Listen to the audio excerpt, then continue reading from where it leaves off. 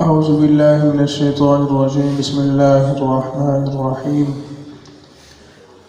ان تستفتحوا فقد جاءکم الفتح۔ اے کافرو، اگر تم فیصلہ طلب کرتے ہو، فیصلہ مانگتے ہو تو یہ فیصلہ تم پر آ چکا۔ اس کے شان نزول کے بارے میں فرماتے ہیں کہ یہ آیت مشرکین کے بارے میں نازل ہوئی ہے جنہوں نے بدر میں سید عالم صلی اللہ تعالیٰ علیہ وسلم سے جنگ کی، اور ان میں ابو جہل نے اپنی اور حضور کے بارے میں یہ دعا کی کہ یا رب، ہم میں جو تیرے نزدیک اچھا ہو اس کی مدد کر، اور جو برا ہو اس کو مصیبت میں مبتلا کر۔ اور ایک روایت میں ہے کہ مشرکین نے مکہ مکرمہ سے بدر کو جاتے ہوئے کعبہ معظمہ کے پردوں سے لپٹ کر یہ دعا کی تھی کہ یا رب، اگر محمد صلی اللہ تعالیٰ علیہ وسلم حق پر ہوں تو ان کی مدد فرما، اور اگر ہم حق پر ہوں تو ہماری مدد کر۔ اس پر یہ آیت کریمہ نازل ہوئی کہ جو فیصلہ تم نے چاہا تھا وہ کر دیا گیا ہے، اور جو گروہ حق پر تھا اس کو فتح دی گئی ہے۔ یہ تمہارا مانگا ہوا فیصلہ ہے۔ اب آسمانی فیصلہ سے بھی جو تم نے طلب کیا ہوا تھا، اسلام کی حقانیت ثابت ہو چکی ہے۔ ابو جہل بھی اس جنگ میں ذلت اور رسوائی کے ساتھ مارا گیا، اور اس کا سر رسول اللہ صلی اللہ تعالیٰ علیہ وسلم کی بارگاہ میں اس کو حاضر کیا گیا کہ یہ ابو جہل کا سر ہے۔ تو فرمایا کہ تم خود ہی اس فیصلے کو طلب کرتے تھے، اور تم نے خود ہی یہ سوال کیا تھا کہ یا اللہ، جو حق پر ہے تو اس کی مدد فرما اور اس کو عزت سے نواز، اور جو حق پر نہیں ہے اس کو ذلیل فرما۔ تو فرمایا کہ فیصلہ تو تمہارے پاس آ چکا ہے۔ وَإِن تَنْتَهُوا فَهُوَ خَيْرٌ لَكُمْ، اور اگر باز آ جاؤ سید عالم صلی اللہ تعالیٰ علیہ وسلم کے ساتھ عداوت اور حضور کے ساتھ جنگ کرنے سے تم باز آ جاؤ گے،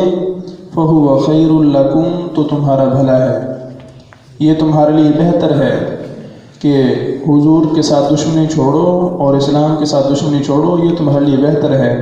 وَإِن تَعُودُوا نَعُودْ، اور اگر تم نے پھر شرارت کی تو ہم پھر تمہیں سزا دیں گے۔ یہ جو جملہ ہے نا، وَإِن تَعُودُوا نَعُودْ، کہ اگر تم واپس پلٹو گے تو پھر ہم بھی پلٹیں گے۔ اگر تم وہ شرارت کرو گے تو ہم پھر تمہاری وہ اسی طرح ٹھکائی لگائیں گے، اور پھر وہ تمہیں سزا دیں گے۔ اگر تم دوبارہ جنگ کرو گے تو ہم پھر تمہیں وہ ذلیل کریں گے۔ وَلَن تُغْنِيَ عَنْكُمْ فِئَتُكُمْ شَيْئًا وَلَوْ كَثُرَتْ وَأَنَّ اللَّهَ مَعَ الْمُؤْمِنِينَ، اور تمہارا گروہ، تمہارا لشکر تمہیں کچھ کام نہ دے گا چاہے کتنا ہی زیادہ ہو۔ وَلَوْ كَثُرَتْ، اگرچہ وہ بہت بڑا ہو، بڑی کثرت والا تمہارا لشکر ہو، بہت زیادہ لوگ ہوں، پھر بھی وہ تمہیں وہ نہیں بچا سکے گا، تمہارے کچھ بھی کام نہیں آئے گا۔ کیوں؟ وَأَنَّ اللَّهَ مَعَ الْمُؤْمِنِينَ، اور اس کے ساتھ یہ کہ اللہ مسلمانوں کے ساتھ ہے، اللہ مومنین کے ساتھ ہے۔ یہ کتنی بڑی خوشخبری ہے اور کتنی بڑی بشارت ہے کہ وَأَنَّ اللَّهَ مَعَ الْمُؤْمِنِينَ، کہ بے شک اللہ رب العزت مومنین کے ساتھ ہے۔ یہ اتنا بڑا سہارا ہے اور اتنی بڑی تسلی ہے کہ قیامت تک جو بھی مومن آتا ہے اس کے دل کو سکون اور اطمینان اور تقویت بخشنے کے لیے یہی جملہ کافی ہے کہ وَأَنَّ اللَّهَ مَعَ الْمُؤْمِنِينَ۔ آپ اس کو اس پیرائے میں دیکھیں کہ حضور سید عالم صلی اللہ تعالیٰ علیہ وسلم ہجرت کے دوران غار میں تشریف فرما ہیں، حضرت ابوبکر صدیق رضی اللہ تعالیٰ عنہ آپ کے ساتھ ہیں، اور جب کفار کو آتے ہوئے دیکھا تو حضور کی جان کی فکر لاحق ہوئی کہ حضور کی جان کی حفاظت کے لیے تو میں یہاں تک پہنچا، اور حضور کے کبھی آگے چلتے، کبھی پیچھے، کبھی دائیں کبھی بائیں۔ یہ جو صحابہ کے گستاخ ہیں وہ تو خیر یہ کہتے ہیں کہ حضرت ابوبکر صدیق کو وہ اپنی جان کی فکر تھی، لیکن یہ ان کی صرف بکواس کی حد تک ہے، ورنہ اس کی حقیقت کوئی نہیں ہے۔ انہیں حضور کی زیادہ فکر تھی، اپنی جان کی فکر ہوتی تو وہ پھر سانپوں سے ڈسواتے ہی رہتے اور سکون سے بیٹھے رہتے۔ اپنی جان کی فکر ہوتی تو جیسے ہی سانپ نے ڈسا وہ چھلانگ مار کے باہر نہ آ جاتے۔ تو یہ صرف ان کی وہ اپنی بکواسات ہیں، ان کی کوئی حیثیت نہیں ہے۔ بہرحال تو اس وقت جب حضرت ابوبکر صدیق رضی اللہ تعالیٰ عنہ حضور کی وجہ سے پریشان ہوئے تو حضور نے انہیں کیا تسلی دی؟ لا تحزن ان اللہ معنا، ابوبکر پریشان نہ ہو، اللہ ہمارے ساتھ ہے، اللہ ہمارے ساتھ ہے۔ تو وہاں حضور نے خوشخبری عطا فرمائی، اور اب یہاں پر اللہ رب العزت خود فرما رہا ہے وَأَنَّ اللَّهَ مَعَ الْمُؤْمِنِينَ، میں بھی انہی کے ساتھ ہوں جو حضور کے ساتھ ہیں، جو حضور کے ماننے والے ہیں میں بھی انہی کے ساتھ ہوں، جو حضور پر ایمان رکھنے والے ہیں میں بھی انہی کے ساتھ ہوں۔ وَأَنَّ اللَّهَ مَعَ الْمُؤْمِنِينَ، اور اللہ رب العزت جو ہے وہ مومنین کے ساتھ ہے، مسلمانوں کے ساتھ ہے۔ یا ایھا الذین آمنوا اطیعوا اللہ ورسولہ ولا تولوا عنہ وانتم تسمعون، اے ایمان والو، اے اللہ رسول کے ماننے والوں، اے مسلمانوں، تم اللہ کی اور اس کے رسول کی اطاعت کرو، اس کے حکم کو مانو، کیونکہ رسول کی اطاعت اور اللہ کی اطاعت ایک ہی چیز ہے۔ جس نے حضور کی فرما برداری کی ہے اس نے اللہ کی فرما برداری کی، جس نے حضور کی اطاعت کی ہے، جس نے رسول کی اطاعت کی اس نے اللہ کی اطاعت کی۔ اس وجہ سے فرمایا کہ اللہ اور اس کے رسول کی اطاعت کرو، فرما برداری کرو۔ ولا تولوا عنہ،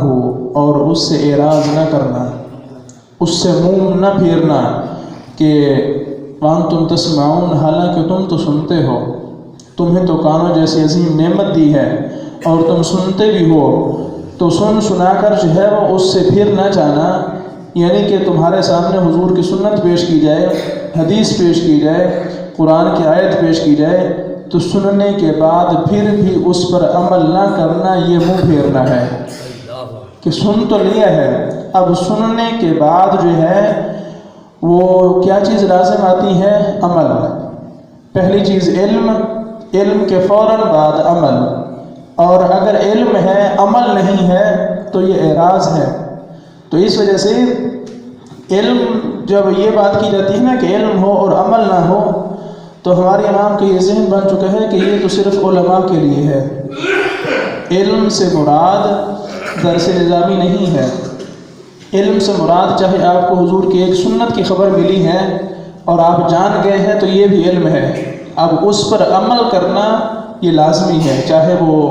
امام ہیں، چاہے وہ مقتدی ہیں، چاہے وہ مولوی ہیں، چاہے وہ غیر مولوی ہے، کوئی بھی ہے، تو جس کے پاس علم آ چکا ہے، جتنا علم آ چکا ہے اس کے مطابق وہ عمل کرے۔ اور فرمایا کہ وَلَا تَكُونُوا كَالَّذِينَ قَالُوا سَمِعْنَا وَهُمْ لَا يَسْمَعُونَ، اور تم ان جیسے نہ ہو جانا جنہوں نے یہ کہا سمعنا، ہم نے سن لیا ہے، ہم نے سن لیا ہے، ہم نے سنا، وَهُمْ لَا يَسْمَعُونَ، اور وہ سنتے ہی نہیں ہیں۔ وہ کہتے ہیں کہ ہم نے سن تو لیا ہے اور وہ نہیں سنتے، کیا مطلب؟ کیونکہ جو سن کر نفع نہ اٹھائے اور نصیحت حاصل نہ کرے اس کا سننا ہی نہیں ہے۔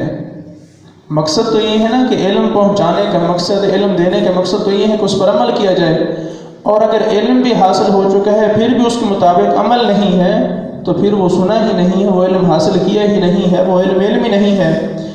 تو فرمایا کہ یہ منافقین اور مشرکین کا حال ہے، مسلمانوں کو اس حال سے دور رہنے کا حکم دیا جاتا ہے کہ تم کفار، مشرکین، منافقین کی طرح احکام کو سن کر اس کے خلاف زندگی بسر نہ کرتے رہنا، بلکہ تم جو سنو اس کے مطابق عمل کرنا۔ اور اگر ایسا نہیں کرو گے تو پھر کیا ہوگا؟ ان شر الدواب عند اللہ الصم البکم الذین لا یعقلون، بے شک سب جانوروں میں سے بدتر اللہ کے نزدیک وہ ہیں جو بہرے ہیں، گونگے ہیں، جن کو عقل ہی نہیں ہے۔ وہ جانوروں سے بھی بدتر ہیں کہ نہ وہ حق سنتے ہیں، نہ حق بولتے ہیں، نہ حق کو سمجھتے ہیں،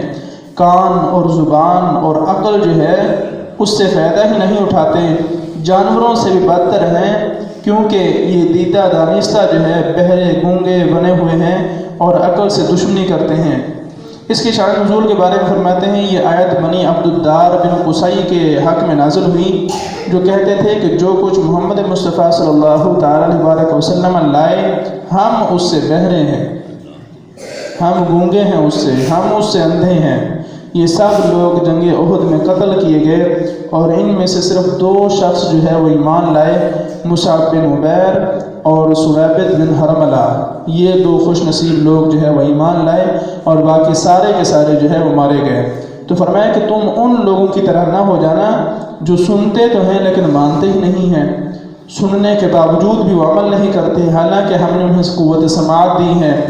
اور ہم نے انہیں جو ہے وہ بولنے کی صلاحیت دی ہے، قوت نطق عطا کی ہے، لیکن اس کے باوجود وہ حق نہیں بتاتے، حق نہیں بولتے، اور ہم نے انہیں عقل جیسے عظیم خزانے سے نوازا ہے، لیکن پھر بھی وہ اس کو استعمال ہی نہیں کرتے، اس سے فائدہ حاصل نہیں کرتے۔ وَلَوْ عَلِمَ اللَّهُ فِيهِمْ خَيْرًا لَأَسْمَعَهُمْ، اور اگر اللہ ان میں کچھ بھلائی جانتا تو انہیں سنا دیتا، کہ ان کے اندر تھوڑی بہت کچھ بھلائی ہوتی، یعنی صدق اور رغبت کہ وہ مخلص ہو کر سنتے اور جو ہے وہ دین اسلام کی طرف رغبت حاصل کرتے، اگر ان کا ارادہ ہوتا، اگر ان کے اندر کچھ بھلائی ہوتی تو اللہ انہیں ضرور سنا دیتا۔ وَلَوْ أَسْمَعَهُمْ، اور اگر بحالت موجودہ، یعنی کہ جس حالت میں یہ ہیں، یہ جانتے ہوئے کہ ان میں صدق اور رغبت نام کی کوئی چیز ہی نہیں ہے، وہ مخلص ہو کر سنتے ہی نہیں ہیں، دین اسلام کی طرف لوٹنا چاہتے ہی نہیں ہیں، لیکن اس کے باوجود پھر بھی اگر انہیں اللہ سنا دیتا، لَتَوَلَّوْا وَهُمْ مُعْرِضُونَ، جب بھی انجام یہی ہوتا کہ وہ منہ پھیر کر جو ہے وہ پلٹ جاتے، وہ پھر بھی اعراض ہی کرتے، اپنے اناد، بغض اور حق سے جو ہے وہ دشمنی کے باعث اگر اللہ انہیں زبردستی سنوا بھی دیتا پھر بھی وہ لوگ عمل نہ کرتے۔ تو اس وجہ سے